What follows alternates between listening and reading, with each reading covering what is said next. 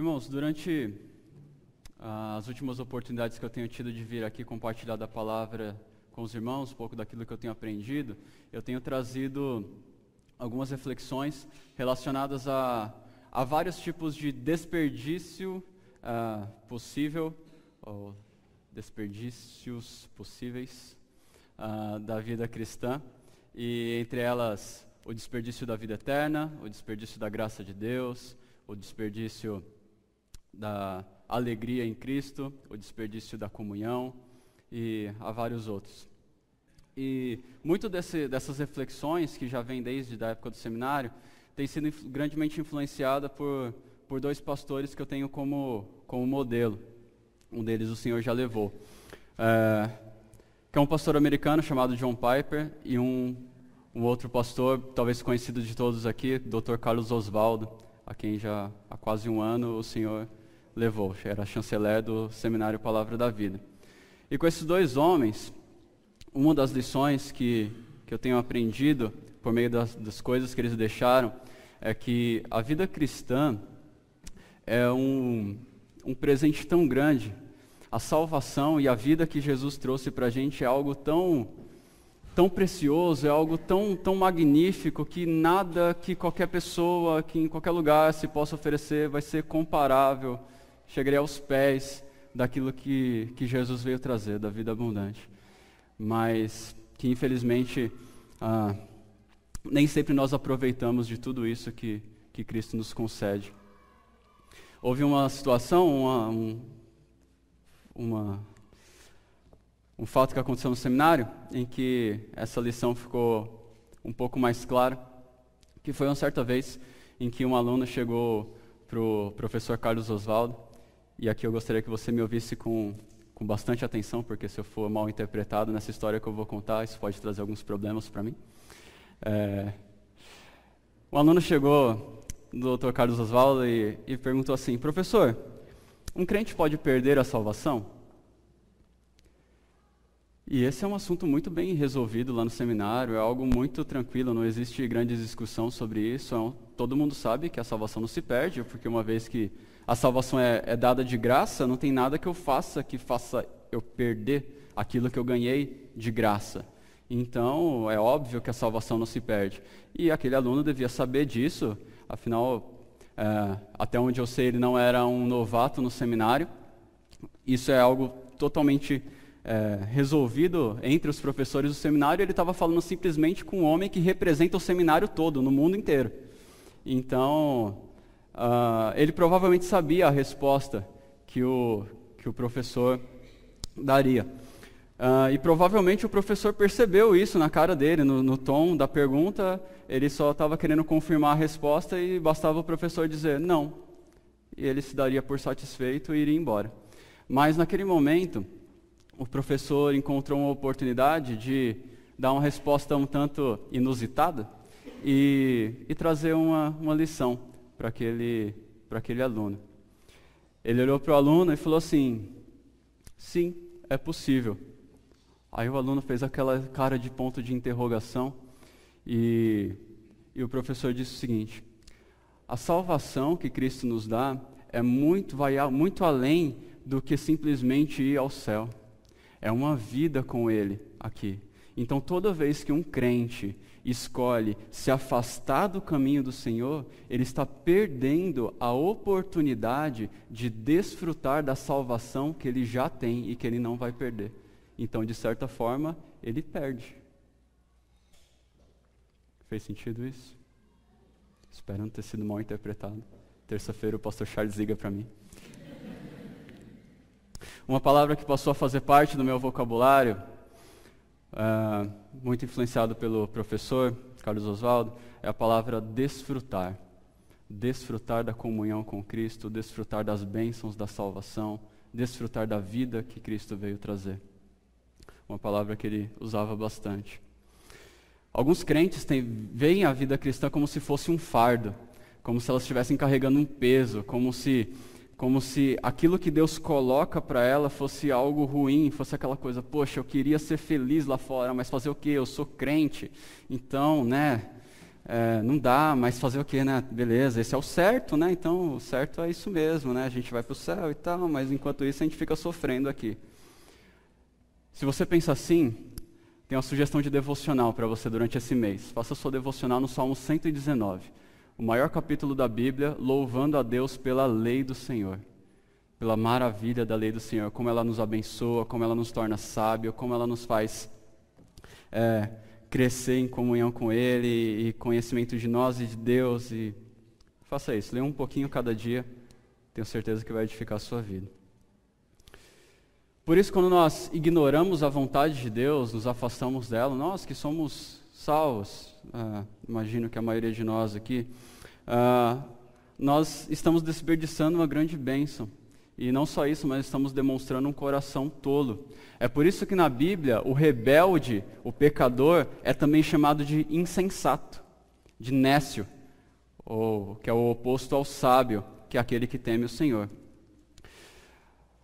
Há mais de 3.000 anos, houve um povo de Deus, que tinha recebido a redenção, que tinha recebido a salvação, e eles estavam correndo o risco de desperdiçar completamente a sua vida, completamente a graça que Deus tinha dado por meio da aliança que Ele fez com esse povo.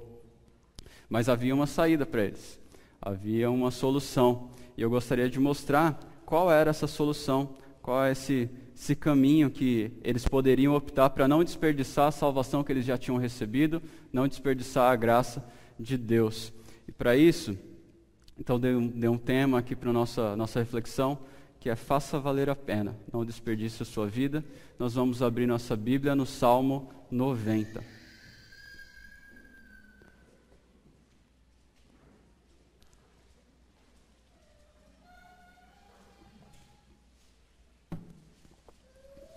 Salmo 90.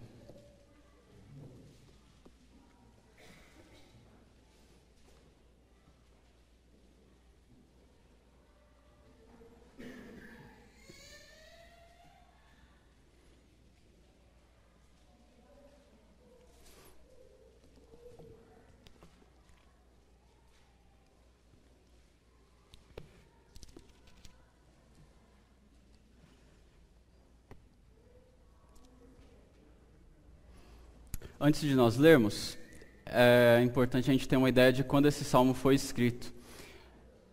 E aí, para isso, seria legal a gente fazer um breve panorama histórico aqui, começando lá de Adão. Lembrando, Deus criou Adão, de Adão veio Abraão, e aí teve o seu filho Isaac, e depois veio o seu filho Jacó. Jacó teve 12 filhos, e desses 12 filhos veio a nação de Israel. Essa nação começou a crescer muito lá na terra do Egito, até o momento em que o faraó ficou com medo do grande número que eles tinham se tornado, os tornou escravos, e eles ficaram lá durante muitos anos vivendo em escravidão, sofrendo, e ainda parte de muita coisa que Deus estava planejando para eles. Até que um dia, Deus levanta Moisés, que vem e os liberta, obviamente com o poder de Deus, os levando para um tempo de 40 anos de peregrinação no deserto. E esse salmo que nós vamos ler foi escrito por Moisés em algum momento desses 40 anos no deserto. A gente não sabe precisar bem quando foi. Uma observação que a gente, não sei se todos têm conhecimento, é que essa saída deles, por que eles foram para o deserto? Eles estavam saindo do Egito e indo para a terra que Deus tinha prometido. Essa viagem era uma viagem de apenas algumas semanas. Alguns dizem de uns 40 dias, algo assim. Mas Deus fez com que o povo andasse 40 anos no deserto. Por quê? Para discipliná-los pelo orgulho deles, pela incredulidade deles, a ponto de uma geração dessas do povo de Deus ter que morrer no deserto e não ver o cumprimento das promessas de Deus. Isso era devido ao orgulho, à sua incredulidade, à sua arrogância, à sua soberba, e uma forma de Deus trabalhar no coração deles para que quando eles chegassem na terra prometida, eles não olhassem para trás e falassem para os filhos deles: está vendo? A força do seu pai trouxe até aqui, nós nos libertamos do terrível faraó e viemos aqui, vencemos e tudo mais. E esquecessem que na verdade foi Deus que fez isso. Foi necessário 40 anos de disciplina para que o povo aprendesse essa lição. Em algum momento dos 40 anos, e durante todos os 40 anos, quando nós lemos o Antigo Testamento, nós vemos que o povo vivia num ciclo de falhas. Toda hora, caía, se arrependia, Deus restaurava, aí pecava, aí se arrependia, Deus restaurava, pecavam, e assim foi durante todo o tempo, e até mesmo depois desses 40 anos na Terra Prometida. E Moisés estava lá, vendo o povo nesse ciclo de falhas, e escreveu esse salmo, que é um dos mais antigos salmos, talvez até o mais antigo de todos eles. E antes de nós lermos também, só para facilitar o nosso estudo, a gente pode dividir esse salmo em 4 blocos, que falam sobre a brevidade da vida humana, como a nossa vida é passageira. Primeiro vai falar sobre a brevidade da vida humana e a eternidade do Deus Salvador e soberano. Depois a brevidade da vida humana e a disciplina divina, que vai mostrar aí, vai nos dar um retrato do que é uma vida desperdiçada. Depois ele fala sobre a brevidade da vida humana e sua necessidade de sabedoria. E por último, a brevidade da vida humana e uma vida que vale a pena, a salvação desfrutada. Gostaria que nós lêssemos esse salmo, tendo em mente que o assunto é esse, a vida passageira. E repare aí quantas vezes ele usa a expressão nossos dias, nossos anos ou nosso tempo. Salmo 90 diz assim: Senhor, Tu tens sido nosso refúgio de geração em geração. Antes que os montes nascessem, se formasse a terra e o mundo, de eternidade a eternidade Tu és Deus. Tu reduzes o homem ao pó e dizes: tornai filhos dos homens. Pois 1000 anos aos Teus olhos são como o dia de ontem que se foi, e como a vigília da noite. Tu os arrastas na torrente, são como um sono, como a relva que floresce de madrugada. De madrugada, viceja, cresce e floresce. À tarde, murcha e seca. Pois somos consumidos pela Tua ira e pelo Teu furor conturbados. Diante de Ti puseste as nossas iniquidades, e sobre a luz do Teu rosto os nossos pecados ocultos. Pois todos os nossos dias se passam na Tua ira, acabam-se os nossos anos como um breve pensamento.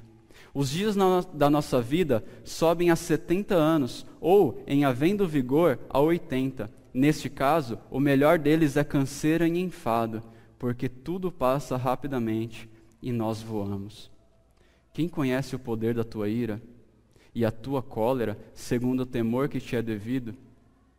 Ensina-nos a contar os nossos dias, para que alcancemos coração sábio. Volta-te, Senhor. Até quando?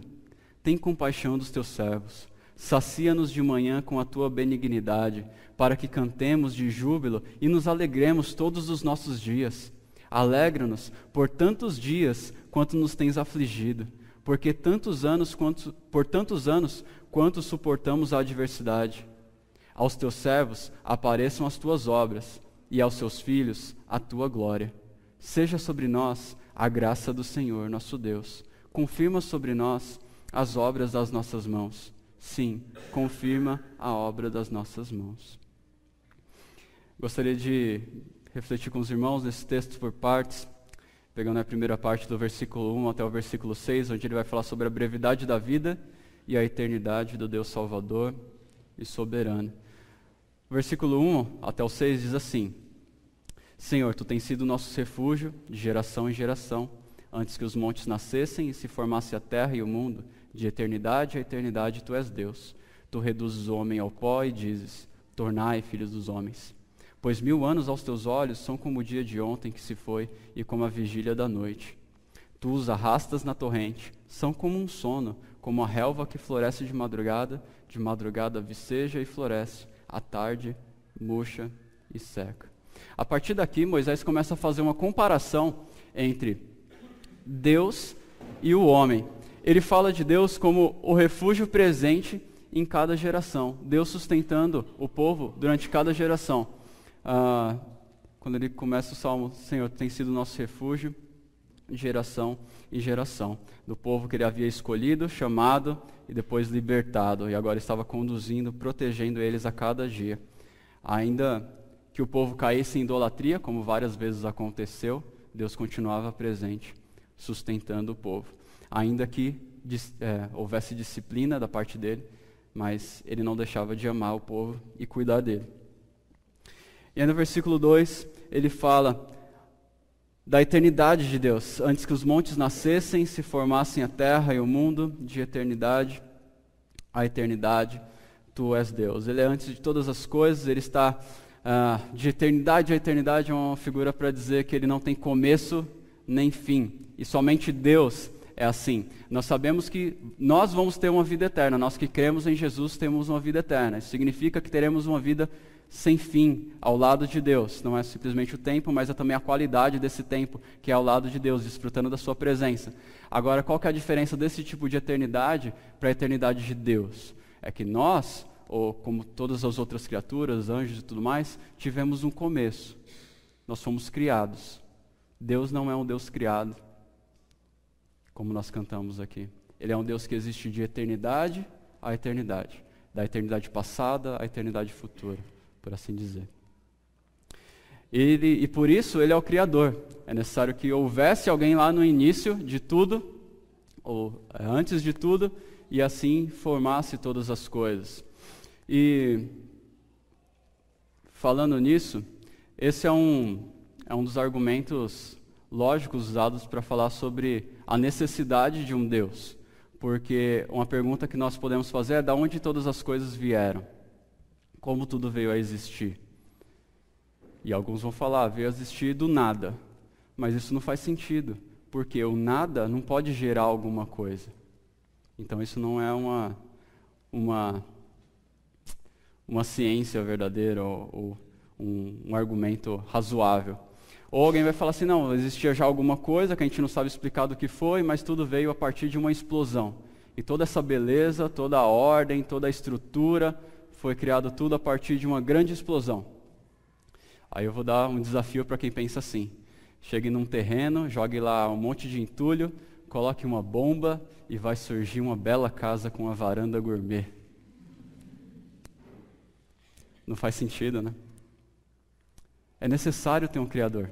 É necessário ter alguém antes de tudo, um ser inteligente, um ser poderoso, que estava desde a eternidade, antes de todas as coisas, ele estava lá. Ele projetou, ele pensou, ele foi lá e fez, demonstrando o seu poder e a sua glória, a sua beleza. Eu não consigo pegar, olhar para o meu celular e dizer: isso aqui veio do nada. É preciso, eu olho para ele, eu sei que teve alguém que projetou e alguém que criou. E eu olho e falo: quem criou isso aqui? O homem.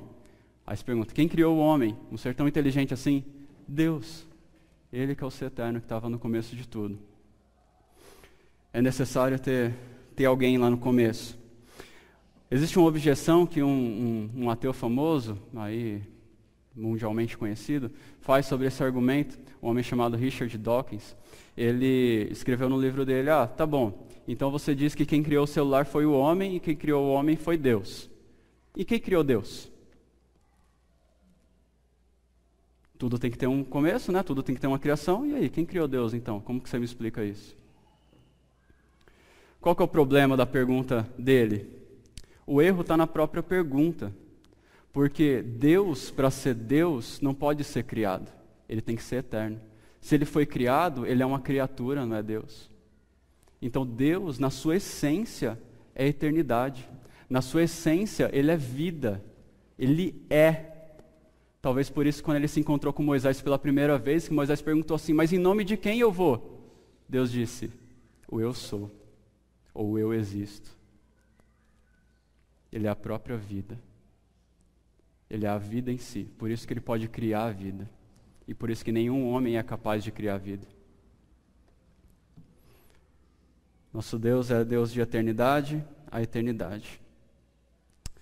E aí no versículo 3 ele fala: tu reduzes o homem ao pó e dizei, tornai filhos dos homens. Ele está mostrando que Deus tem o poder sobre a vida, ele dá a vida e ele concede, ele tira a vida também quando ele quer. Ele tem essa autoridade, ele é soberano, ele manda e acontece. Quando fala tornai, o homem que está vivo, torne ao pó e ele volta ao pó. E o tempo não é grande coisa aos olhos dele, como nós cantamos: o tempo está em suas mãos. 1000 anos para ele são como um dia, são como a vigília da noite, que é um tempo de mais ou menos 4 horas. Esse é Deus. Moisés começa descrevendo Deus. E o homem diante disso? O homem, contrariamente a Deus, é uma criatura, ele é eterno, ele teve um começo, ele tem um fim que é determinado por Deus, ele foi feito do pó da terra. E ele faz várias comparações aqui dos versículos 5 ao 6, ele fala que são como um sono, são como uma flor, como um tipo de planta, que de madrugada cresce, passa algumas horas e de tarde murcha. Essa é a nossa vida. Então note aqui o contraste que ele faz entre o Deus eterno, que é criador, que é soberano, e o homem, que é passageiro, que é criatura e que se rende à vontade de Deus. Enquanto Deus é eterno, a vida do homem passa voando. Essa é a reflexão que ele está querendo trazer para nós. A brevidade da vida humana. Você tem consciência de como a vida passa rápido? Se fizesse essa pergunta para mim, eu ia dizer sim e não. Sim, porque teoricamente eu sei que a vida passa rápido, eu já ouvi isso, eu aprendi isso, mas eu também diria que não, porque é incrível quantas vezes eu não olho para o calendário e falo, meu Deus, mas já? Meu Deus, é setembro. Nossa, mas o Natal está aí. O retiro, a gente já está vendo o retiro, mas a gente não acabou de sair do retiro. Quando eu lembro, por exemplo, que a data do aniversário do nosso casamento está chegando, final do ano a gente vai fazer 4 anos de casado. Mas parece que foi esses dias que eu vim aqui ainda solteiro conhecer a igreja e conversar com vocês, conhecê-los. Ou quando eu estou na internet, olho lá no Facebook e vejo uma criança que já que passou na faculdade, e eu falo, meu Deus, mas era para eles ter o quê? Uns 14 anos, 15 anos? Como assim faculdade? E eu fico admirado com isso. Ou quando, por exemplo, a gente passou agora no 11 de setembro, que é uma data que ficou marcada na história. Você lembra onde você estava no dia que aconteceu o atentado? Você lembra como você ficou sabendo da notícia? Passaram-se 14 anos já disso.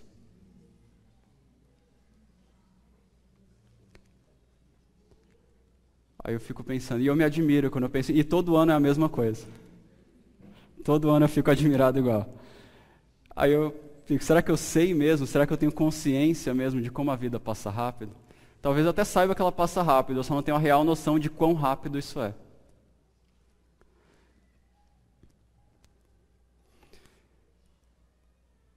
E aí Moisés continua refletindo sobre a brevidade da vida e continua mostrando no Salmo aí na parte 2, essa brevidade da vida humana vivida sobre a disciplina de Deus pelo pecado, do versículo 7 ao 11, que diz assim: Pois somos consumidos pela tua ira e pelo teu furor conturbados. Diante de ti puseste as nossas iniquidades e sob a luz do teu rosto os nossos pecados ocultos.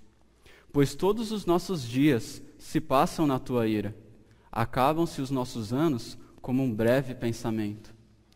Os dias da nossa vida sobem a 70 anos ou em havendo vigor a 80. Neste caso, o melhor deles é canseira e enfado. Porque tudo passa rapidamente e nós voamos. Quem conhece o poder da tua ira e a tua cólera, segundo o temor que te é devido? Existe um contexto específico aqui, que é do povo lá no deserto, vivendo aquele ciclo de falhas. Moisés está lá olhando para esse povo, e ele ora a Deus, e Salmo é como se fosse uma oração a Deus, e como se ele fosse um representante de todo o povo, né? Ele está falando os nossos pecados, a nossa vida, os nossos dias, ele está falando em nome do povo, aqui. Então, no versículo 8 e 9, nossas iniquidades estão sobre ti, os nossos pecados, até mesmo os pecados ocultos, aqueles mais secretos, o Senhor está vendo. E assim Deus disciplinava o povo como uma demonstração de amor, mas porque eles estavam escolhendo um caminho pior, um caminho da mentira, um caminho da morte. Então a breve vida que eles tinham, um tempo tão curto, um tempo que passa tão rápido, não era desfrutando das bênçãos da aliança de Deus, era desfrutando da disciplina por causa do pecado deles. Mas em todo o tempo Moisés deixa claro que que isso era por causa das escolhas ruins que eles fizeram. Os nossos pecados estão diante de ti e as nossas iniquidades. É como se ele estivesse falando: Senhor, nós pecamos, nós nos afastamos de ti, e olha o que temos colhido, uma vida tão curta. Mal chegamos aos 70 anos. Ou se chegamos aos 80, a única coisa que temos para contar é só canseira e enfado. Uma vida miserável. Uma vida que não vale a pena. Longe do desfrute das bênçãos da salvação que eles já tinham recebido. Mas que coração duro. Esse momento histórico aqui de Israel demonstra também, é uma ilustração de um contexto um pouco mais amplo, que é de toda a humanidade sofrendo por causa do seu pecado, da maldade do seu coração egoísta e sem amor. Os homens não foram criados para ter uma vida assim, breve, passageira. Os homens foram criados para viver na presença de Deus para sempre, para desfrutar da comunhão com Ele. Mas por causa do seu pecado, eles se afastaram da vida, se afastaram do amor, escolheram o caminho de morte, escolheram o caminho de destruição. E por isso hoje a humanidade não vive tudo o que poderia viver. A humanidade então vive também sob a disciplina de Deus, vive sob as consequências do pecado, que algumas vezes a disciplina de Deus é o próprio pecado, como fala lá em Romanos 1, que os homens, conhecendo a Deus, escolheram não servir a Deus, e assim Deus olhou para os homens e falou: ok, podem ir, sigam seus pecados então. E aí o que os homens fizeram? Se afundaram ainda mais nos seus pecados. Está lá em Romanos 1, a partir do versículo 20. A própria disciplina por Deus foi deixar os homens seguirem o seu próprio pecado, porque o pecado em si já é um castigo.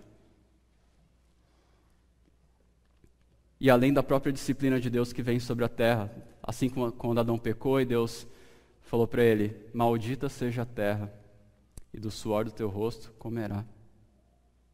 A humanidade vive sob a disciplina de Deus por causa do pecado, que às vezes é a intervenção divina, às vezes é a própria consequência do pecado. A maldade do homem trouxe para nós uma vida lamentável. Irmãos, existe muito sofrimento no mundo, existe muita dor, existe morte. E nós temos visto isso de diversas maneiras, por diversas notícias, basta você ligar a TV e você vai ver isso aí. E a gente fica com o coração apertado diante disso. E especialmente nos últimos dias, muitos pensadores têm surgido, têm se levantado e questionado: onde está Deus diante de tudo isso aí? Diante de todo esse sofrimento. Ou dito, se Ele existe, certamente Ele é um Deus mau. Porque como Ele permite essas coisas?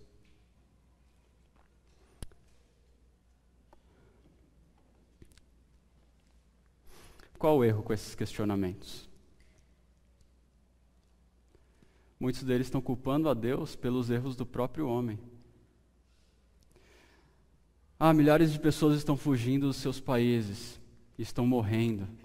Sim, porque elas estão saindo dos seus países? Porque estão fugindo. E por que elas estão fugindo? Porque os homens lá são maus. Porque elas estão com medo dos homens. E aí as pessoas perguntam: se Deus existe, Ele é muito mau. Porque olha o que Ele está fazendo. Normalmente essas perguntas são para duas hipóteses, né? Ou para falar que Ele não existe, ou para falar que se Ele existe, Ele é mau.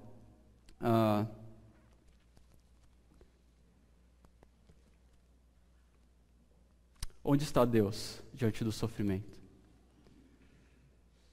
Moisés, diante de uma situação bem difícil lá, diz: Senhor, Tu tens sido o nosso refúgio de geração em geração. De eternidade a eternidade, Tu continuas sendo Deus, mas os nossos pecados, a nossa maldade estão diante de Ti, e nós colhemos as consequências disso. Os nossos dias passam rápido e não há do que se orgulhar deles, a não ser canseira e enfado. Mas Tu continuas sendo nosso refúgio de geração em geração. Quando Moisés reconhece isso, ele não estava vivendo dias confortáveis, mas em nenhum momento ele coloca a culpa em Deus. Deus continua presente, mas o homem não tem desfrutado da sua presença. Por quê? Porque o seu coração é mau e ama o mal. Então se Deus é bom, se Ele existe então, a gente não pode colocar a culpa nele. Se Deus é bom, o homem é mau, por que Deus então não intervém, não impede a maldade do homem? A gente não tem um versículo bíblico para responder essa pergunta com toda a propriedade. O que a gente sabe é que Deus é soberano, nada foge do controle dele, que Deus é bom, que os propósitos dele são bons, que ele sabe de toda a história porque ele é eterno, e nós estamos no meio dela, a gente não consegue ver o que vai acontecer depois, mas a gente pode confiar na bondade dele e na soberania dele, administrando tudo. Sabemos que aquilo que ele faz é bom e justo, mas pode ter algum propósito bom e não impedir o mal? Tem várias coisas que a gente poderia falar sobre isso, mas uma delas só que eu gostaria que a gente pensasse hoje é o seguinte: se Deus, sem impedir o mal do homem, se mesmo Deus não impedindo o mal do homem, o homem tem tanta dificuldade em reconhecer o quanto é mal e que precisa do perdão divino, imagine se Deus impedisse. Isso seria bom?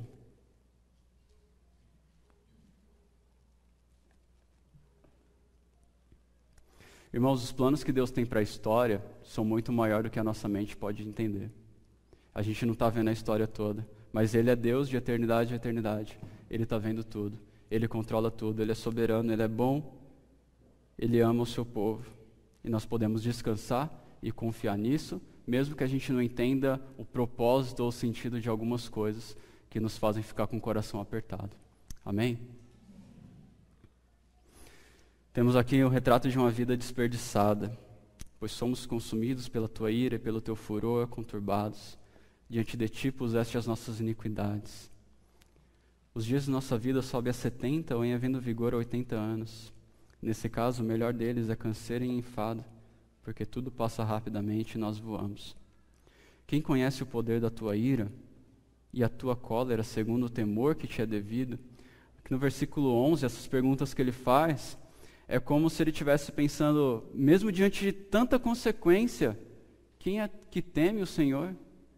Quem é que com isso reflete e se dobra perante Ele?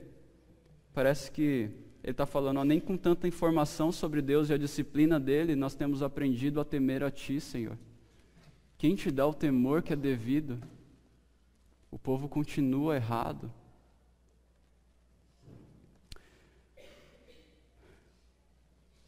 Então, por não temer a Deus, eles se afastaram dele e estavam desperdiçando as suas vidas. O que fazer numa situação como essa? Moisés faz uma oração, que está aí no versículo 12. Quando nós vamos falar sobre a brevidade da vida e a sua necessidade de sabedoria. Ele diz assim: ensina-nos a contar os nossos dias para que alcancemos coração sábio. Como assim contar os nossos dias? É a ideia de saber que os nossos dias são limitados, que a vida é curta. É como aquela expressão, seus dias estão contados. Que a gente sabe que não vai ser tanto quanto a gente espera, ou quanto a gente imaginava que seria. É ter a consciência de que nós não somos eternos, Deus é. Nós não, nós passamos e passamos bem rápido. E por que ensina a contar os nossos dias? Qual que é o propósito disso? Para alcançar um coração sábio.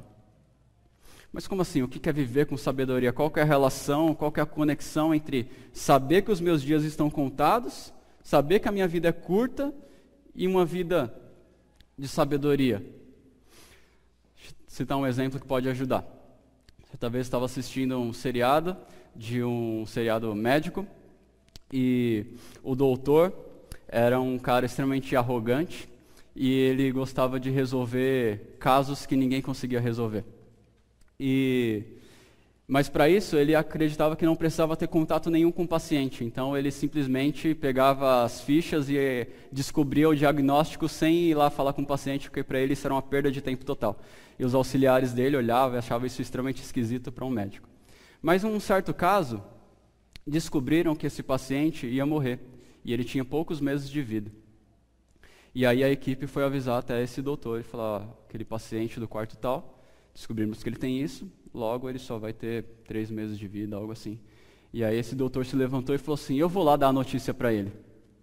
E aí a equipe ficou, mas como assim você não quer ter contato com ninguém? Você vai querer avisar alguém que vai morrer? Né? Que coisa terrível.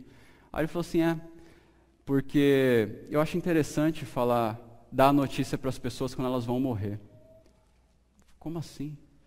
É porque eu gosto de observar as primeiras coisas que elas dizem, que elas fazem depois de receber a notícia. Porque normalmente isso demonstra o que realmente tem valor para elas. Eu acredito que Moisés tinha algo assim em mente. Senhor, ensina-nos a contar os nossos dias, para que assim a gente viva uma vida sábia. Que a gente não desperdice a vida que o Senhor deu.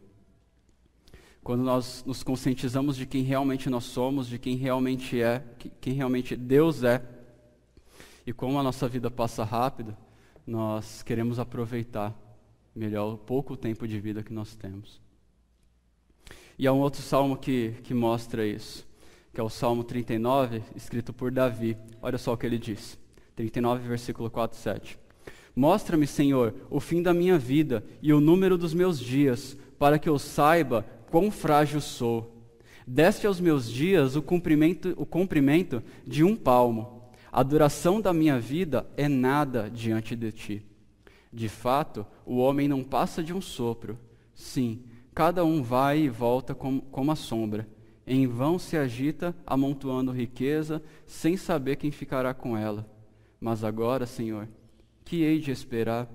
Minha esperança está em ti. Esse salmo mostra para a gente que entender a brevidade da vida nos conduz a consciência real da nossa situação, de uma situação de fragilidade, de dependência. E quando nós entendemos isso, o quão frágil nós somos, nós buscamos o refúgio, o nosso Deus. Nós buscamos a salvação. Senhor, Tu tens sido nosso refúgio de geração em geração, de eternidade em eternidade, Tu és Deus. O problema é que o povo lá naquela época não percebia isso. Então, o que seria um coração sábio? O que seria alcançar um coração sábio?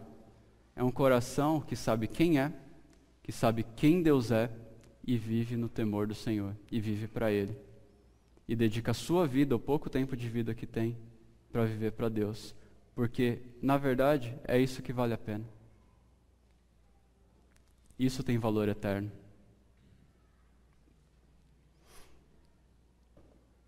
É viver temendo ao Senhor. O professor Carlos Oswaldo dizia que temer a Deus significa levá-lo a sério, tanto na sua disciplina como nas suas promessas de bênção. E assim desfrutar do amor e da vida do Deus eterno. Note então, irmão, que a ênfase nesse salmo não é simplesmente falar sobre a morte, simplesmente falar sobre como a vida é passageira, mas sim como viver uma vida de sabedoria, como não desperdiçar a nossa vida, o pouco tempo de vida que nós temos. Essa é a ênfase do salmo, é nos ensinar o caminho para isso. E era esse caminho que o povo de Israel precisava aprender naquela época. Nós somos tão limitados, que precisamos até que Deus nos ensine o quão limitados nós somos. Senhor, ensina-me a contar os meus dias. Me ensina que eu sou limitado. Me ensina que a minha vida é curta, que eu passo como um vento. Por isso Moisés e Davi fizeram a mesma oração. Irmãos, será que nós somos, em algum sentido, parecidos com o povo daquela época? Será que nós temos a tendência de esquecer o quão fraco nós somos? O quão dependentes de Deus nós somos? Esquecer que nós precisamos do refúgio dEle, da segurança que só Ele pode dar? Tem algumas perguntas que a gente pode fazer para sondar o nosso coração. Por exemplo, como está o meu tempo de oração? Isso pode demonstrar muito sobre a visão que nós temos sobre nós mesmos. Se nos achamos fortes ou reconhecemos o quão fraco nós somos. Se reconhecemos a nossa fragilidade, a nossa dependência. O nosso tempo de oração. Como está a minha disposição para ouvir críticas? Ou eu acho que eu sempre estou certo? Ou eu respondo antes de ouvir? Estou sempre pronto para criticar? Estou sempre pronto para assumir quando eu errei? Essas são perguntas que podem nos fazer entender um pouco melhor qual que é o conceito que nós temos de nós mesmos.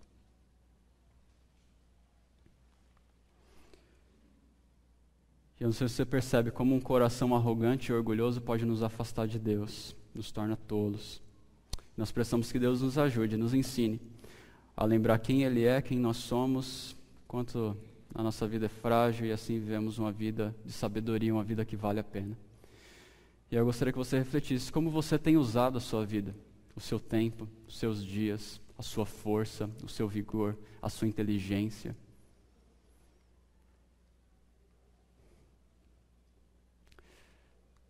Nosso tempo está acabando. Não temos muito. Não importa se Deus vai ainda nos dar 1 ano de vida, 5 anos, 10 anos, 20, vai passar rápido. Como a gente pensou há um pouco atrás, esses 14 anos que já passaram, nossa, como foi rápido. Os próximos 14 vão ser rápidos iguais. E eu não sei você, mas eu quero fazer a minha vida valer a pena. Eu não quero chegar no final da vida, caso Deus me conceda chegar, o privilégio de chegar a 70, 80 anos, eu não quero chegar lá e falar, olhar para trás e falar, devia ter feito tudo diferente. Eu quero poder chegar para os jovens da época e poder dar o meu testemunho e dizer, filho, ó, esse é o caminho que vale a pena. Olha, faz isso, eu fiz isso. Eu vivi para o Senhor.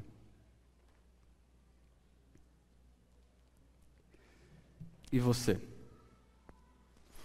Agora, se seu pensamento é não, realmente a vida é curta, eu preciso fazer valer a pena, então a partir de amanhã eu vou comer tudo que eu quiser comer, eu vou gastar todo o meu dinheiro como se não houvesse amanhã. Não é esse o propósito de Moisés, tá? Quando ele escreveu o Salmo. E como que a gente sabe disso? Lendo o restante da oração. No restante da oração dele, a gente sabe qual que era a vida que Moisés queria para o seu povo. Quando ele fala sobre a brevidade da vida humana e uma vida que vale a pena. O retrato aqui de uma salvação desfrutada. Versículo 13 diz assim: Volta-te, Senhor, até quando? Tem compaixão dos teus servos. Sacia-nos de manhã com a tua benignidade, para que cantemos de júbilo e nos alegremos todos os nossos dias. Alegra-nos por tantos dias quanto nos tens afligido, por tantos anos quanto suportamos a adversidade. Aos teus servos apareçam as tuas obras, e aos teus filhos a tua glória. Seja sobre nós a graça do Senhor nosso Deus. Confirma sobre nós as obras das nossas mãos. Sim, confirma a obra das nossas mãos. Irmãos, pensar na brevidade da vida pode conduzir alguns a um sentimento um tanto melancólico. Né? De pensar, a vida é curta, nada do que eu faço aqui tem sentido, vai ter valor eterno, então simplesmente não adianta fazer mais nada, vamos simplesmente esperar a morte chegar. Não, isso está errado. Olha só o que Moisés diz no versículo 17. Seja sobre nós a graça do Senhor, nosso Deus. Confirma sobre nós as obras das nossas mãos. Sim, confirma a obra das nossas mãos. O que ele quer dizer com isso? É como se ele estivesse dizendo, Senhor, traz validade àquilo que eu faço. Traz validade à obra das minhas mãos. Nós não queremos fazer coisas e obras que não valem nada. Nós não queremos desperdiçar o nosso tempo fazendo coisas que não te agradam. Senhor, nós queremos que naquilo que a gente faz, a tua bênção esteja sobre isso. Nós queremos fazer algo que vale a pena. A nossa vida é curta. Nos abençoa, nos ajuda. Irmãos, esse texto mostra que é possível viver uma vida cheia de significado, cheia de sentido. Mas nós só vamos encontrar isso quando nós vivermos para Deus, para o Deus eterno, Por isso Moisés ora a ele, para que ele seja misericordioso e enche o povo de alegria, a alegria que vem dele. Essa oração é importante porque ela nos lembra um princípio que mostra em outros lugares da Bíblia, que as nossas obras não são em vão quando são feitas no Senhor. Aquilo que Paulo vai falar lá em 1 Coríntios 15, falando, se não existe vida depois, se a nossa vida simplesmente passa e a gente morre, então comamos e bebamos porque amanhã morreremos. Nada tem sentido, não há propósito em nada, vamos só curtir o pouco tempo que temos. Mas, se existe um Deus como há, e se existe uma ressurreição como há, e se existe uma vida eterna, então, irmãos, sede firmes e constantes, sempre abundantes na obra do Senhor, sabendo que no Senhor o seu trabalho não é inútil, não é sem propósito, isso tem valor eterno. Em 1 Coríntios 3 vai dizer que aquilo que o homem faz, mas que é contra a vontade de Deus, que é edificar a sua vida e a de seus irmãos, com palha, com madeira, com feno, no dia do juízo, Jesus vai purificar tudo isso. Nada disso vai ter valor. E todo o trabalho que essa pessoa teve na vida foi perdido. Mas aquilo que a pessoa faz, de acordo com a vontade do Senhor, quer edificar com as pedras, as pedras preciosas e tudo mais, a prata e o ouro, aquilo que realmente é da vontade de Deus, que é o trabalhar para o Senhor, que é o edificar a igreja da forma correta, isso vai durar por toda a eternidade. Perceba que a obra que a gente faz aqui, a obra que é da vontade de Deus, isso tem valor eterno, isso vai continuar. Isso não vai precisar ser purificado. Nós já começamos a desfrutar da vida eterna agora. Nós já temos ela. Nós já estamos vivendo a vida eterna, não na sua plenitude, mas já estamos vivendo. E já começamos a fazer coisas que vão durar para sempre. Então, irmão, faça a sua vida valer a pena. Sirva ao Senhor. Qual é a vida que vale a pena? É a vida que é vivida em Cristo e para Cristo. Isso é o que tem valor eterno. E existem várias formas de se fazer isso, de se viver para Cristo, independente da sua idade, da sua profissão, da área que você tiver. Mas eu gostaria de citar apenas 3 exemplos aqui, de como nós podemos fazer. Primeiro, aproveite os relacionamentos com seus irmãos. Isso tem valor eterno. A nossa família se reúne aqui e ela vai continuar se reunindo por toda a eternidade. Amém? Aproveite isso. Aproveite os relacionamentos. Não se isole. Não viva uma vida egoísta, voltada só para você, só para os seus interesses. Resumida a um: oi, tudo bem? Como vai? Boa noite, tchau, até a semana que vem. Não faça isso. Você está desperdiçando uma grande oportunidade. Assim como nós refletimos em um outro domingo sobre a comunhão. Mas fique mais tempo depois do culto, se você puder. Procure conhecer as pessoas novas. Eu mesmo tenho que conhecer várias pessoas aqui ainda. O relacionamento com os nossos irmãos tem valor eterno. Nós podemos ser edificados por eles, edificar a vida deles, e isso é muito precioso. Segundo, não viva para juntar bens materiais e construir um império. Quantas pessoas têm perdido sua família por causa disso, por causa da sua ambição? E aquilo que a Bíblia vai chamar de vento, correndo atrás do vento. Seria muito melhor investir na sua família, passar tempo de qualidade com seus filhos, com a sua esposa, para quando chegue no final da sua vida, você não olhe para trás e pense: nossa, eu deveria ter ficado menos tempo na frente da TV, por exemplo, conversado mais com a minha esposa, ou com o meu marido. Terceiro, cuidado para não passar tempo demais na internet vendo coisas que não acrescentam em nada a sua vida. Às vezes, quando a gente não tem a consciência de que a vida é curta, então eu posso usar todo o tempo do mundo, então não faz muita diferença. Afinal, a minha vida é longa. Senhor, ensina-nos a contar os nossos dias, para que alcancemos um coração sábio. Leia mais a palavra, conheça mais o seu Deus, isso tem valor eterno. Leia bons livros. Nós temos vários livros aqui na nossa biblioteca. Você pode usar o seu tempo para isso, para ser edificado, para aprender com outros grandes homens de Deus. Resumindo, que a sua vida seja para promover a glória de Deus, que seja para crescer em semelhança a Jesus, que seja para edificar suas famílias e igreja, que seja para agradar o Deus eterno aqui e por toda a eternidade. Isso tem valor eterno, isso é uma vida que vale a pena.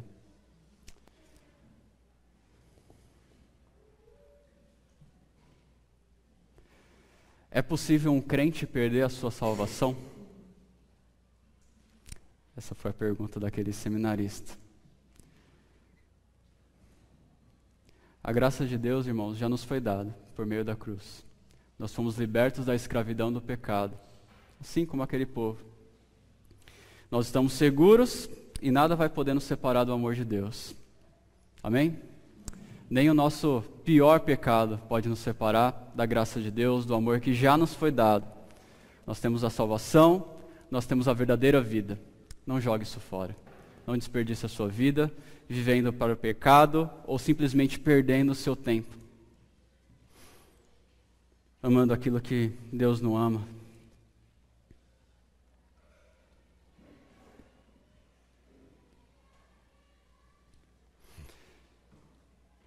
Talvez existam pessoas aqui hoje que ainda não entregaram sua vida para Jesus, que ainda não têm dessa salvação. Pessoas que estão vivendo longe de Deus e sabem que estão vivendo longe de Deus. Estão vivendo longe daquele que deu a vida para você, para vocês. Deixa eu te falar uma coisa. Meu amigo e amiga, você está jogando sua vida fora. Deus te deu a vida para viver do lado dele. E um dia eu estava assim também. Um dia eu estava longe desse Deus. Mas eu aprendi que esse mesmo Deus se fez homem e morreu numa cruz para que eu não tivesse que morrer pelos meus pecados. E ele ressuscitou, vencendo a morte, e fez uma promessa, dizendo que aquele que crê nele e se arrepender dos seus pecados e crê nele, não vai morrer eternamente, mas vai viver eternamente do lado dele. E já recebe uma nova vida agora. É totalmente transformado. E passa a viver com ele. Passa a desfrutar da vida com ele. E inicia um processo de transformação. Se você está nessa situação hoje, e eu não sei, aí você tem que se avaliar, se você está vivendo assim longe de Deus, hoje é a hora de você se arrepender e entregar sua vida a Cristo. Hoje é a hora de você fazer uma oração muito simples para Deus, que é: Senhor, me perdoa e me salva. Eu não tenho vivido perto do Senhor. Não continua jogando sua vida fora, não. O seu Deus, isso quer você queira ou quer não, Ele é o seu Deus. Foi Ele que te deu a vida. E Ele é o único Deus. Está aqui hoje e Ele está te ouvindo. Senhor, me salva. Me perdoa pela minha rebeldia, pelo meu orgulho. Eu creio em Jesus e eu quero esse perdão. Igreja, imagina uma igreja onde todos estão radicalmente comprometidos com a ideia de fazer a sua vida valer a pena, de usar todo o seu tempo para servir a Deus e para espelhar a glória dele aqui dentro e lá fora e onde quer que esteja. Imagina uma igreja totalmente comprometida com isso, uma igreja comprometida com a santidade, disposta a tirar tudo aquilo da sua vida que é pecado, que atrapalha. Crentes que usam os seus dons, os seus talentos, as suas habilidades para servir a Deus. Já imaginou o impacto que essa igreja pode causar? Quer fazer parte disso? Tome uma decisão hoje de fazer sua vida valer a pena. A vida está passando, a nossa vida, não importa quanto tempo mais Deus vai dar para a gente. Vai ser 5, 10 anos, 20 anos, 50 anos. Vai passar rápido. E uma oração que a gente tem que fazer sempre é: Senhor, me ajuda a ter consciência disso, para que eu viva uma vida de temor ao Senhor, para que eu leve o Senhor a sério. Gostaria que você abaixasse sua cabeça. O grupo de louvor vai virar aqui à frente. E eu tenho uma oração aqui que eu escrevi e que eu queria propor para nós hoje. Gostaria que você ouvisse, e caso você concorde, você fale amém no final. A oração é o seguinte: Senhor, eu fui criado e salvo para desfrutar de Tua presença e viver para Ti todos os dias da minha vida. Perdoe-me por toda vez que me afasto, seguindo o meu coração. Não permita que eu seja tolo e desperdice a salvação que de forma imerecida eu já recebi das Tuas mãos. Ensina-me a contar os meus dias, para que eu tenha um coração sábio, que reconhece as minhas limitações e dependência de Ti, e teme somente o Senhor. Pai, que essa consciência me conduza a uma vida consagrada a Ti. Em nome de Jesus. Amém. Uma vida que vale a pena é uma vida consagrada ao Senhor, tanto aqui dentro como lá fora, mas é aproveitando o pouco tempo que nós temos para fazer aquilo que vai ter valor eterno, que nós podemos resumir no nosso relacionamento com Deus e no nosso relacionamento com os nossos irmãos. Se você toma essa decisão hoje de fazer sua vida valer a pena servindo a Deus, gostaria que nós cantássemos novamente essa música, dizendo que nós consagramos tudo que nós temos ao Deus Criador, ao Deus Eterno. Amém? Vamos colocar em pé, vamos cantar.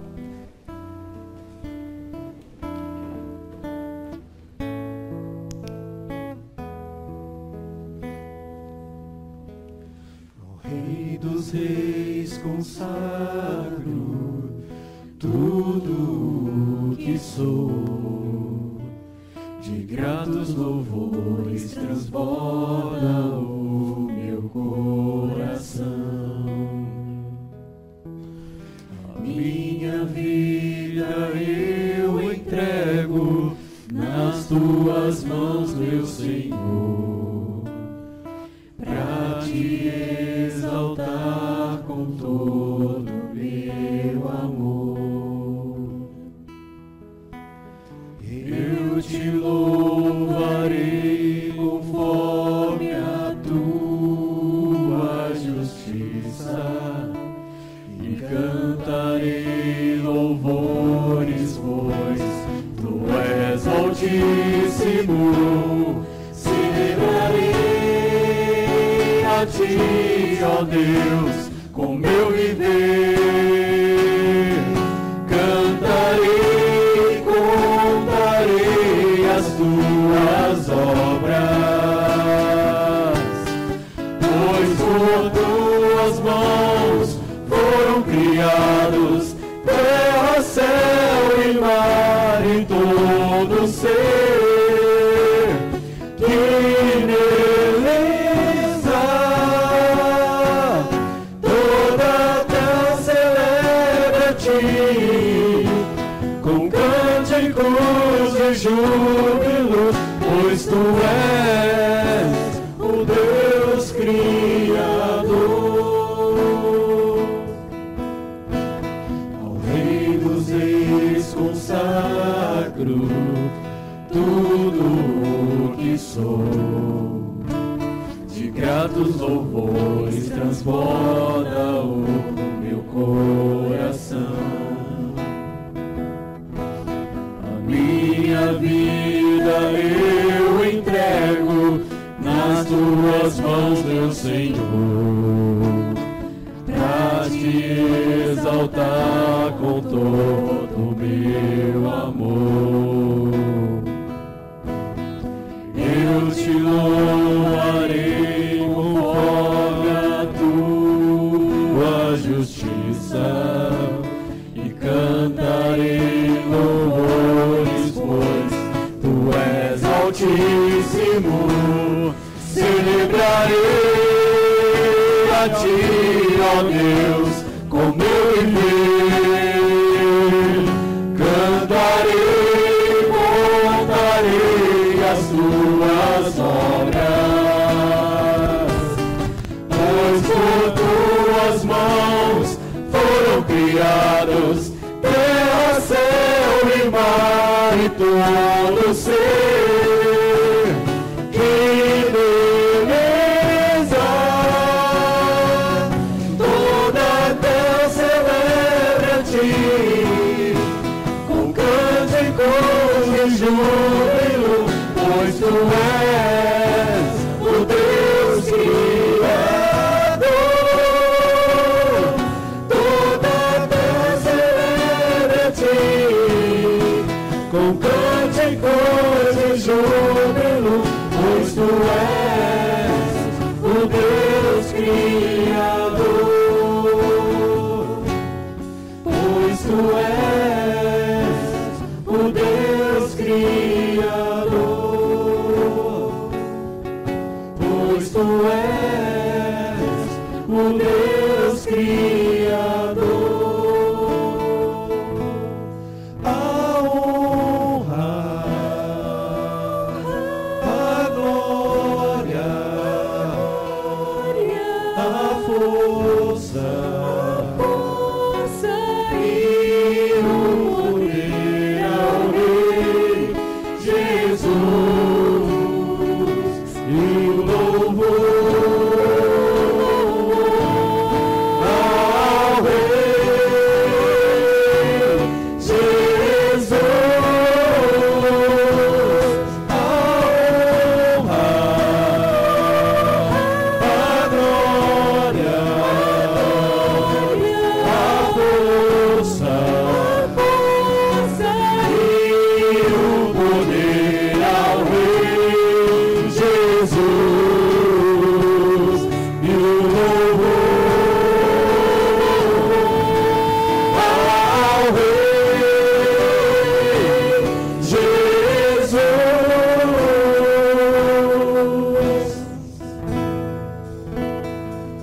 Com essa oração, a gente encerra o nosso culto de hoje. Deus nos abençoe. Dê um abraço na pessoa que está do seu lado. E assim estamos concluídos.